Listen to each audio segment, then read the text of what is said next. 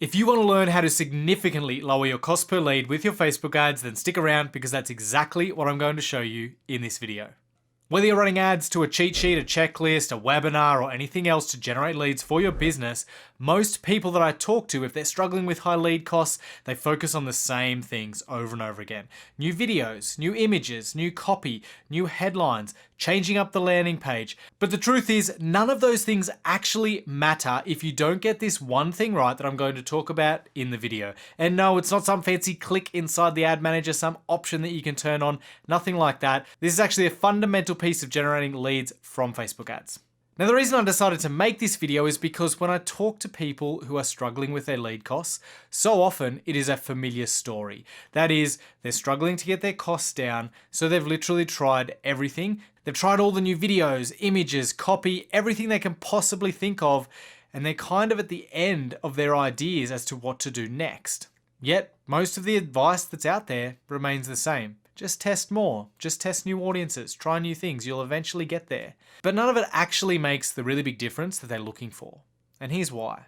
It's because if you're trying to sell ice to an Eskimo or hamburgers to a vegan, it doesn't matter how good your marketing is, it's always going to be an extremely difficult sell. And the same applies to Facebook ads. If your offer isn't really compelling, then it doesn't matter how good your ads are, you're never going to achieve the lead costs that you're actually looking for, because if no one wants it, then yeah, you can dress it up and you can try to sell it as much as possible, but it's only going to make incremental, tiny differences. It's never going to get down to that really low lead cost that you actually want. On the flip side, if you have an amazing offer, meaning a lead magnet, the thing that you offer for free in exchange for their email address and or phone number, then you can actually get away with ads that maybe aren't that great, but because you've got something that your audience really wants and that is so compelling for the people that you're targeting, then you'll actually get a better cost per lead than if you have an average lead magnet and really great ads. Let's look at it from the perspective of the 80-20 principle, right? 80% of your results come from having a great offer and 20% come from your ads. But most people spend 80% of their time on their ads, tweaking, testing, optimizing, hanging out in Facebook groups looking for the latest hack to get them better performance, and only 20% on that offer or that lead magnet. Generally, people will create a lead magnet and then that's it. They forget about it, they start running ads, and they just keep working on the ads. If that sounds like you, maybe it's time to flip that, which leads to the question, how do you actually create a really good offer or lead magnet that you can run Facebook ads to? Here are a few simple steps to do that. We'll talk about what makes a great lead magnet, meaning the things to look for when you're coming up with ideas, and where to find those ideas. So how to actually find out what is going to work and resonate with your audience. But before we do, speaking of resonating with audiences, if you are enjoying this video, all I ask is that you tap that like button. It really does make a huge difference for the channel. I can't tell you how much I appreciate it. If you do, just give it a tap. And if you do want to see more videos from me, make sure you hit that subscribe button, hit that little bell. You'll get notified whenever I release a new video on Facebook advertising or digital marketing.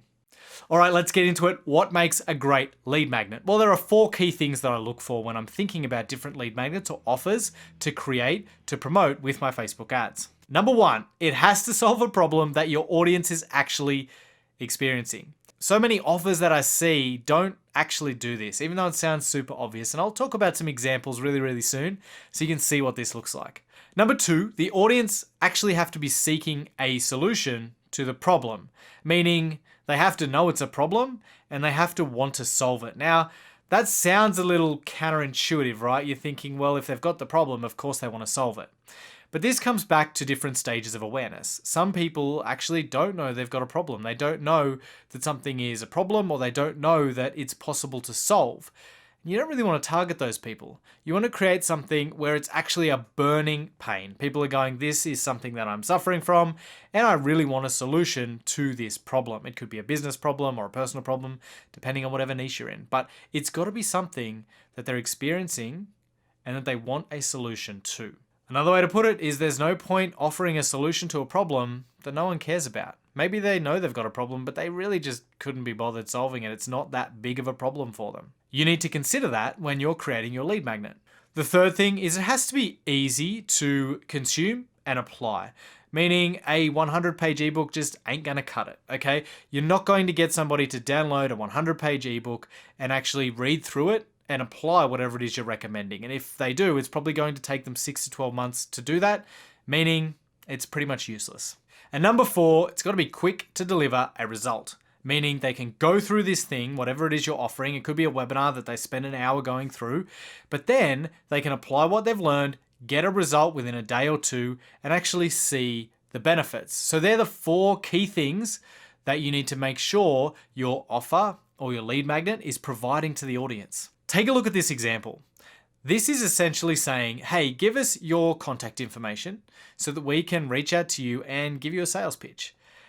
Not very compelling, right? If you're running ads to an offer like this on Facebook and all it says is, hey, we've got this magic thing, pop in your name, email, and phone number, and we can show you what our paid offer looks like, you're probably not going to get many opt-ins. The ones you do get are going to be people who are already really familiar with you. Maybe they've watched a bunch of your videos or consumed a bunch of your blog content. Maybe they'll go and opt into this, but it's not going to work on a big scale, and it's definitely not going to lead to low-cost leads. If we measure it against the criteria, it's not solving a specific problem. There's nothing to actually apply. You just enter your details and wait for a phone call. And you know it's just going to be a pitch. You're not actually getting any value from entering your details on this form, right? It's not a great free offer or lead magnet at all. On the other hand, here's an example of an offer or a lead magnet that worked really well for me. Not too long ago, lots of Facebook ad accounts were getting shut down. And people were stressed out about this. They were worried their account was going to get shut down. They were talking about it a lot in Facebook groups, in forums, Reddit, all of those kind of places. So I created a simple checklist that people could use to help prevent getting their accounts shut down. If we consider that against the criteria I mentioned above, it solved a problem, and it solved a problem that people were actively looking for a solution for. There was a lot of chatter about this. It was a hot topic, and everyone wanted to learn, how can I prevent this from happening to me?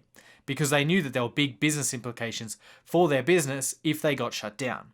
It was super easy to consume and apply because it was a checklist, and it was something that got results right away. They could apply it, and then they could feel safe knowing that their account was in a much better condition and much less likely to get shut down than it was an hour before they downloaded that checklist. Check out this example here. It's a cheat sheet for writing blog posts that go viral. This is perfect. It provides a solution for people who are blogging, but they're struggling to get traction or get eyeballs. Of course, they're going to want this cheat sheet to get their posts to go viral.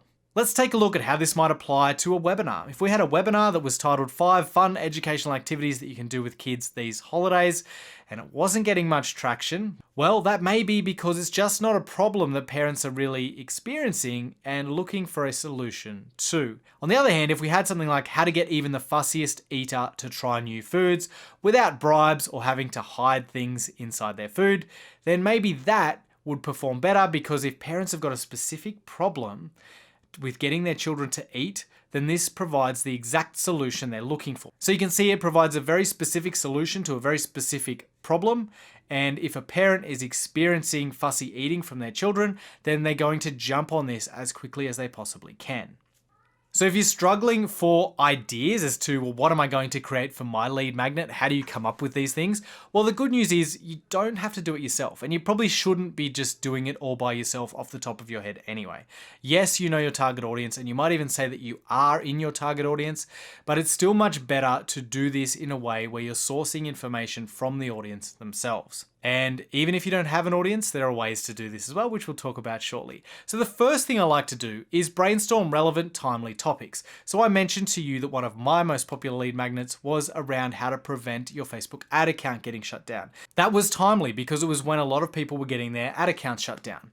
But another one that's happening right now is the iOS 14.5 changes have rolled out. It's affecting Facebook ads, and it's a really popular topic. I know that a guide on how to manage the iOS 14.5 privacy changes as a Facebook advertiser is going to be super popular. So it's a timely topic. If you apply this to the finance space, something that I can see happening right now is anything related to cryptocurrency is huge. So you see a lot of people in the finance space with things around cryptocurrency because it's something that people want to learn about. You know, let's say we had a checklist that was 10 things to identify the next popular cryptocurrency. That's an example of a timely lead magnet that might work well with that particular audience. The next thing you can do is actually survey your audience. So if you do have any kind of audience, whether it's an email list or social media, you can survey them and ask them what it is they're struggling with and what the solution might look like for them in an ideal world. This is my favorite way to find new lead magnets and new product ideas. And if you want to see how I do these surveys, I'll pop a link in the description, a link up here now, so you can see the survey, the questions that I use, and how I actually set up my surveys and send them out. Really quick and easy template that you can use there for that, including the email template that I use when I send it as well. So check the description if you want to grab that for yourself. But basically, you'll send out the survey, you get a bunch of really good responses of people actually describing their pains and what they're struggling with, so you can then provide something that actually solves that for them. Third one is Reddit and Facebook groups. So if you look in Reddit in popular subreddits for your niche, you'll see common topics of conversation and you'll start to get a feel for what people are really struggling with.